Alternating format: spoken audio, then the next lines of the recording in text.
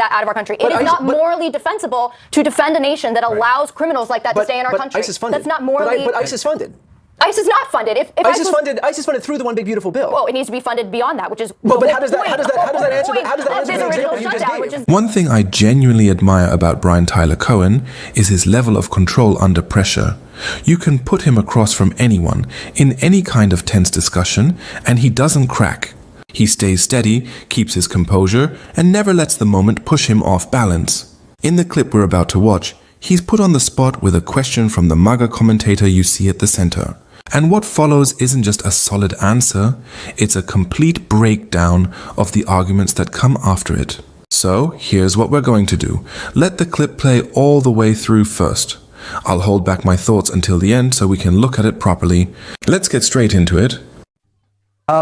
What is going on? Why can't the government come to a deal and get this thing done? Well, I think it's pretty clear that Donald Trump wants to leverage Americans' pain so that he can try and exploit that so that he can pass a voter suppression bill. I mean, at the end of the day, we know that there were a ton of different options to actually get this thing done, to get TSA funded. The Democrats put forward 9 standalone bills to fund TSA. Donald Trump rejected them. Senator Kennedy, a Republican senator, admitted that Donald Trump rejected it. And so he wanted the pain because for him, that pain is a tool. It is a way for him to avail himself of whatever he can to get what he needs, which is a voter suppression bill, and he would use Americans' pain to get there.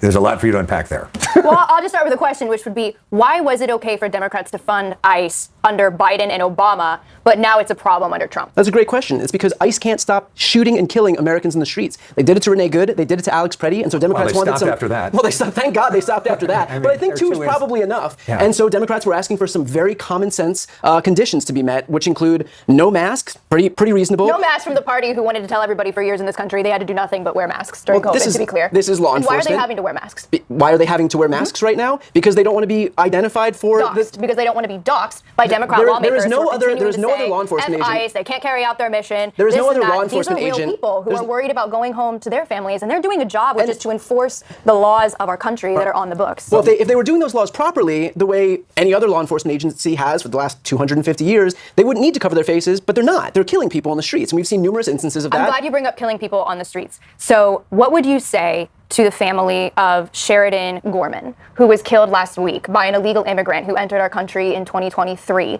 and had a detainer out and an arrest warrant that wasn't fulfilled? What would you say to her family as to why it's okay to not fund ICE, whose job it would be to make sure that 1, he was never here, and 2, that we've gotten rid of him? What would you say to her family? Look, I'm sad for anybody who passes away or who is tragically killed. We have had ICE, we've had immigration enforcement in this country for years and years and years, and they've managed to do it without slaughtering people in the streets. And so I think that if we don't have an agency, you're going to tell her family? If we don't have an agency, you're going to look in the eyes of her grieving parents. But Carolyn, which of the demands, the idea of the no masks, the warrant, what is your problem with? Let's start with the masks. I mean, why should police don't wear masks? Well, the problem is that, again, this is why I asked you originally, why was it okay under Obama, why was it okay under Biden to carry out these deportations with 0 fanfare? And now what has happened is it not more, but it's not more aggressive in the streets, especially, and maybe it'll change now with Mark Wayne Mullen and no Chad Bavino, but there was an aggressive in-your-face push in cities like Los Angeles and Minneapolis that we did not see quite the visible in-your-face push under the Biden administration. You'll admit that, right? Why did we have to be so aggressive? And part of it is because when you look at the deaths of Alex Preddy and Renee Good, what makes me so sad is the rhetoric from Democrats turned these people into non-law-abiding citizens who weren't protesting. They were obstructing ICE operations. Are you saying that Alex Preddy was not a law-abiding citizen? No, absolutely not. He was holding his phone. And he also kicked a federal vehicle in the back, which is damaging federal property. 11 days earlier. Damaging federal property. That's a felony. That's a felony. You asked me if it was criminal behavior. That's a felony. Somebody should not be killed for that, right? But that's of course not. Yeah. But he was obstructing law enforcement operations because he and Renee Good existed in this ecosystem that told them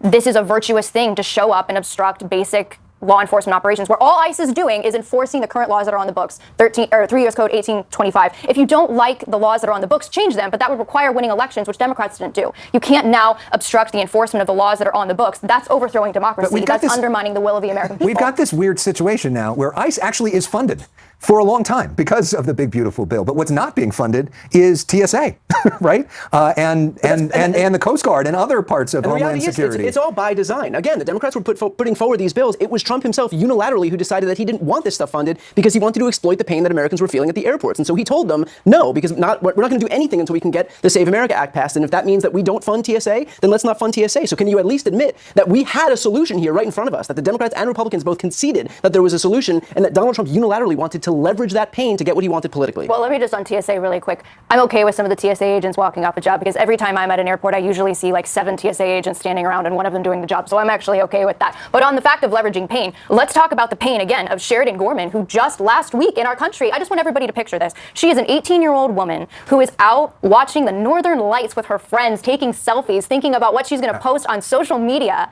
and instantly a bullet rings out, hits her head. She's killed instantly by an illegal immigrant who should have never been here in the first place. Again, came in 2023. ICE's whole job is to get people like that out of our country. It is not morally defensible to defend a nation that allows criminals like that to stay in our country. ICE is funded. That's not morally. But ICE is funded.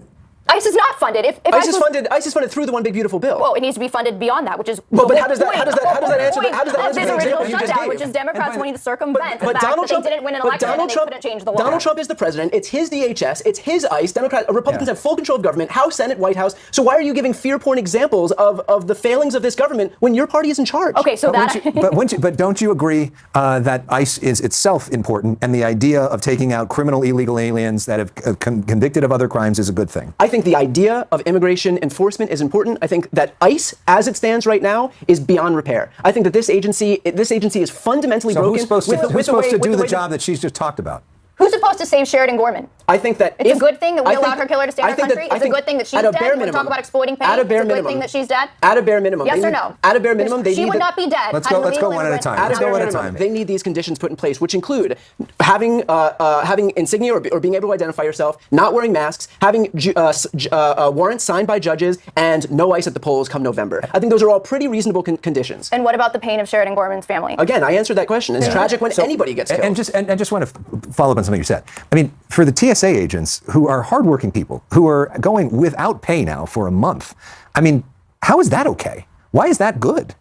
I mean, I know you just sort of like laughed at that some of them are standing around, but these are people who have jobs, who are dependent on this money, and they're going to work every day and not getting paid. Yes, and that's why I wish Congress as a whole, and you mentioned my party, and I will knock my party in this, Republicans control both chambers of Congress. And the one thing I will give Democrats is Democrats are excellent politically at sticking together when it comes to votes. Republicans have never figured that out, both under the first Trump administration and under this Trump administration. They do not have the grit and the toughness that President Trump has in terms of forcing through an agenda. I will give that to Democrats because Republicans right now could force this through and could force a situation where you don't have to go up against this kind of opposition with Democrats. It's nonsense. They need to learn to wield power better. Get rid of the filibuster? Yes, and President Trump has said that, and I support that.